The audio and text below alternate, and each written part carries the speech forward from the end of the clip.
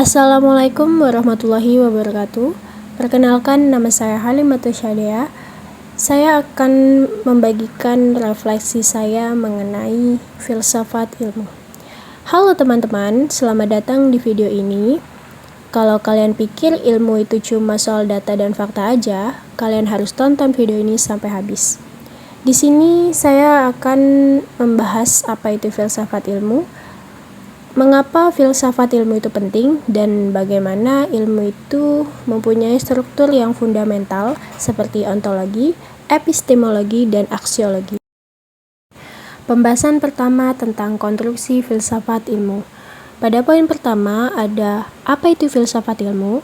Filsafat ilmu adalah cabang filsafat yang mempelajari dasar-dasar, metode, dan penerapan ilmu pengetahuannya.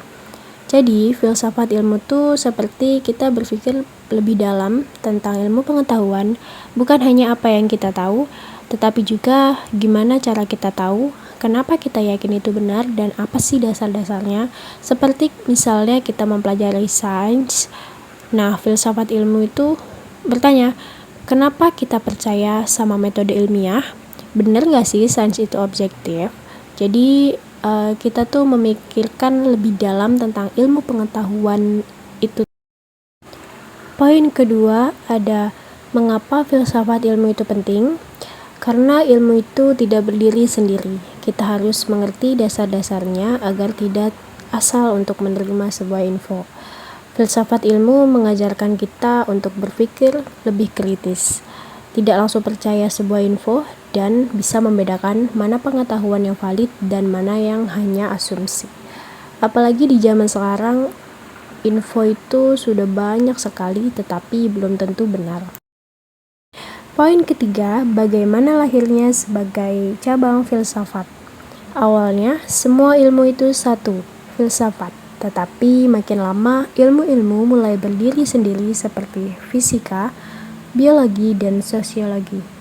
Nah, filsafat tetap mengikuti di belakangnya, seperti banyak pertanyaan, gimana sih cara kerja ilmu ini?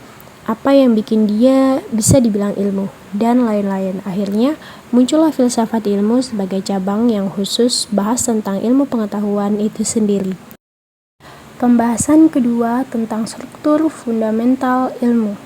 Ada 3 bagian penting, yang pertama yaitu ontologi, yang kedua epistemologi, dan yang ketiga aksiologi. Pada poin pertama yaitu ontologi, membahas objek atau realitas yang dipelajari dalam ilmu. Membicarakan tentang apa yang diteliti dan mempertanyakan objek apa yang dipelajari. Contoh, jika kita mempelajari biologi, ontologinya makhluk hidup, sosiologinya ya masyarakat. Pada poin kedua yaitu epistemologi, membahas cara atau metode untuk memperoleh pengetahuan yang sahih. Mempertanyakan ilmunya didapat lewat apa? Pengamatan, eksperimen, atau logika. Epistemologi juga membahas ilmu yang valid seperti apa sih? Bisa dipercaya atau tidak? Sumber ilmunya itu dari mana?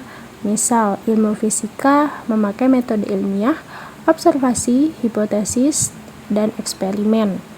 Nah, itu bagian dari epistemologi. Nah, pada poin ketiga yaitu aksiologi, berfokus pada nilai dan manfaat ilmu serta dampaknya terhadap masyarakat. Aksiologi ini bertanya, ilmu itu gunanya apa?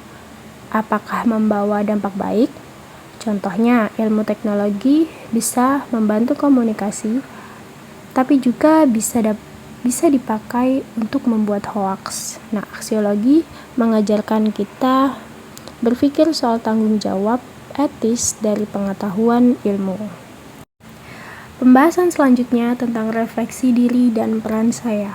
Setelah mempelajari tentang filsafat ilmu, saya jadi lebih sadar ilmu pengetahuan itu tidak hanya soal hafalan atau teori di buku, tetapi ada dasarnya dan ada proses berpikir kritis di baliknya. Saya juga lebih mengerti betapa pentingnya untuk bertanya, menganalisis, dan tidak asal percaya semua info. Sebagai mahasiswa, peran saya bukan hanya menerima ilmu dari dosen, tetapi juga berpikir aktif, membangun pemahaman sendiri, dan berkontribusi walaupun kecil dalam proses berkembangnya ilmu. Saya juga ingin menjadi pribadi yang bertanggung jawab atas ilmu yang saya punya dan memakainya untuk hal-hal positif dan pastinya tidak merugikan orang lain.